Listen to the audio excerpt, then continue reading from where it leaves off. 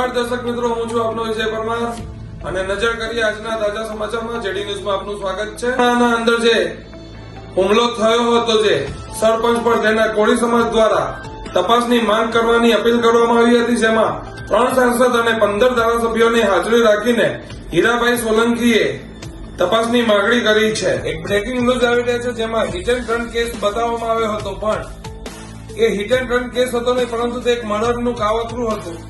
ઝડપી સ્પીડમાં ટેમ્પો આવીને શૈલેષભાઈને કચડી નાખ્યા હતા. તે હિટ એન્ડ રન કેસ નહીં, પણ એક હત્યા પાછળનું કાવતરું હતું ને એક આધેડ ભાઈ બહેનના પ્રેમ પ્રકરણનું કાવતરું ઘડવામાં આવ્યું હતું. હવામાન તરફ નજર કરીએ તો અમદાવાદ સહિતના રાજ્યોમાં ઠંડીમાં વધારો થવામાં આવ્યો છે અને આજનું શહેરનું લઘુત્તમ તાપમાન 12 સેલ્સિયસ જેટલું ડિગ્રી નોંધવામાં આવેલું છે.